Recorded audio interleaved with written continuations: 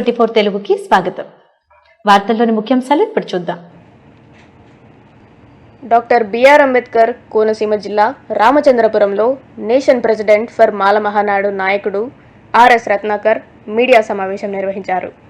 ఈ సందర్భంగా ఆయన మాట్లాడుతూ ఎస్సీ వర్గీకరణ రద్దు చేయాలని, ఎస్సీలను కూటమి ప్రభుత్వం విభజించి పాలిస్తున్నారని మండిపడ్డారు.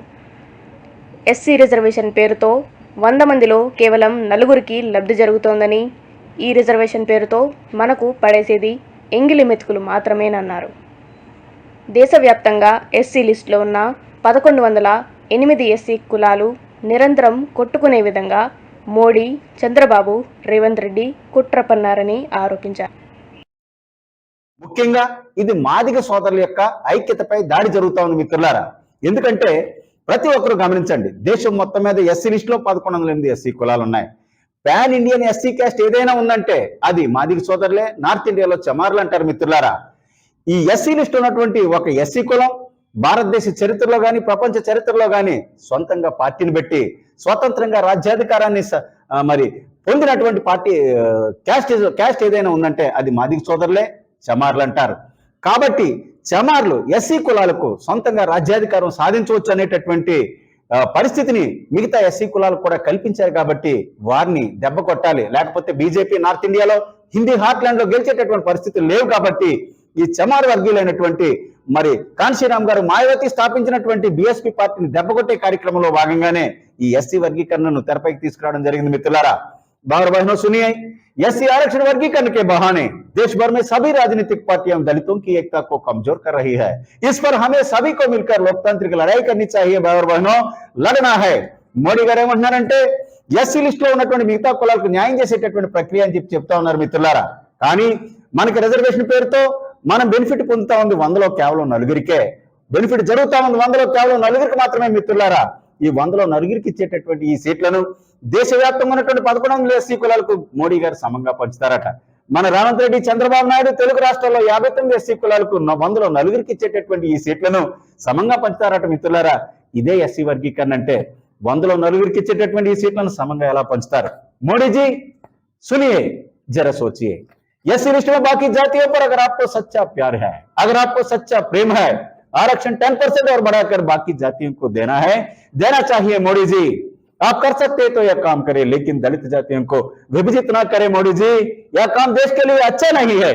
మిత్రులారా, మోడీ గారు రిజర్వేషన్ పెంచి ఇంకో 10% మిగతా కులాలకి ఇచ్చేయాలి కానీ వాళ్ళని బాగు చేయాలనుకుంటే, లేదా ఒక స్పెషల్ ఎకనామిక్ ప్యాకేజ్ ప్రకటించాలి, లేదా వారి కోసం స్పెషల్ ఇన్స్టిట్యూషన్స్ కట్టించాలి, లేదా రత్నాకర్ లాంటితో పోటీ పడలేకపోతున్నారంటే వారి కోసం స్పెషల్ కోచింగ్ ఇప్పించాలి. కానీ 100లో 4కి ఇచ్చేటటువంటి ఎంగిలి మెతుకుల్లో ఓటాల కోసం ఎస్సీ వర్గీకరణ పేరుతో కొట్లాడించడం ఎంతవరకు కరెక్ట్ మిత్రులారా? మాదిగ సోదరులు అలాగే దళిత సోదరులు అందరూ గమనించాలి. ఈ దేశంలో యా హిందుస్థాన్ నహీ హై యా చమర్స్థాన్ హై అన్నారు మన కాంచీరామ్ గారు. యా ఆర్యస్థాన్ నహీ హై యా చమర్స్థాన్ అని. ఇది మాదిగల దేశం తప్ప ఆర్యుల దేశం కాదని ఎందుకన్నారంటే చూసుకోండి, మీరు ఒకసారి చరిత్రను వెనక్కి చదవండి మిత్రులారా. Ex chief minister of Rajasthan Jagannath Pahadia గారు చమార్ మాదిగ సోదరులు. Ex chief minister of Bihar Ram Sudhakar Das Madiga సోదరులు. అలాగే కాంశీరామ్ గారు మాదిగ సోదరులు. మాయావతి గారు మాదిగ సోదరి. అలాగే X chief minister of Punjab Charanjit Singh Channi గారు మాదిగ సోదరులు. బాబు జగజ్జీవన్ రావు గారు మాదిగ సోదరులు. మీరా కుమార్ గారు మాదిగ సోదరులు. సుశీల్ కుమార్ షిండే గారు మాదిగ. మరి ఇంత జరుగుతూ ఉంటే నేను చెప్పదలుచుకుంది ఒకటే, దేశం మొత్తం మీద ఓవరాల్ గా తీసుకుంటే అన్ని విషయాల్లోని మాదిగ సోదరులే డామినేషన్ మిత్రులారా. పాన్ ఇండియన్ ఎస్సీ క్యాస్ట్ ఏదైనా ఉందంటే 1108 ఎస్సీ కులాల్లో మాదిగ సోదరులే. ఒక్క తెలుగు రాష్ట్రాల్లో మాల సోదరులు మాదిగల కన్నా ముందున్నమాట నిజమే. దేశవ్యాప్తంగా దళితుల ఐక్యతపై కుట్ర చేసి రాజ్యాధికారానికి దూరం చేసేటటువంటి ప్రక్రియలో భాగంగానే ఎస్సీ వర్గీకరణ తెరపైకి తీసుకురావడం జరిగింది. ఇక్కడైనా కళ్ళు తెరవండి. నేను వ్యక్తిగతంగా ఎస్సీ లిస్టులో ఉన్నటువంటి మిగతా కులాలకు వ్యతిరేకం కాదు. దళితులను ముక్కలు చేసేటటువంటి పరిస్థితులు ఉన్నాయి కాబట్టి ఎస్సీ వర్గీకరణ పేరుతో ఈ యొక్క పోరాటాన్ని దేశవ్యాప్తంగా మరి సాగించాలనేటటువంటి ఉద్దేశంతోనే దీన్ని మరి నేను యాక్టివ్గా తిరుగుతా ఉన్నాను మిత్రులారా. అలాగే తమిళనాడులో కానీ కర్ణాటకలో కానీ అన్ని భాషల్లో కూడా ఏదైతే ఉందో ఈ కుట్రను తెలియజేయడం జరుగుతూ ఉంది.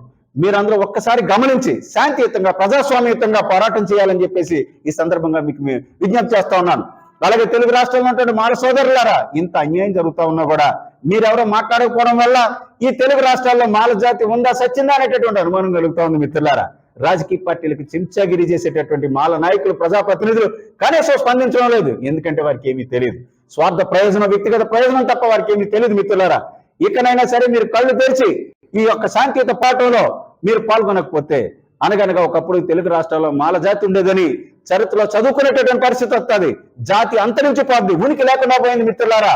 మన తరపున మాట్లాడేటటువంటి నాయకుడు ఎవరో లేకుండా పోయాడు.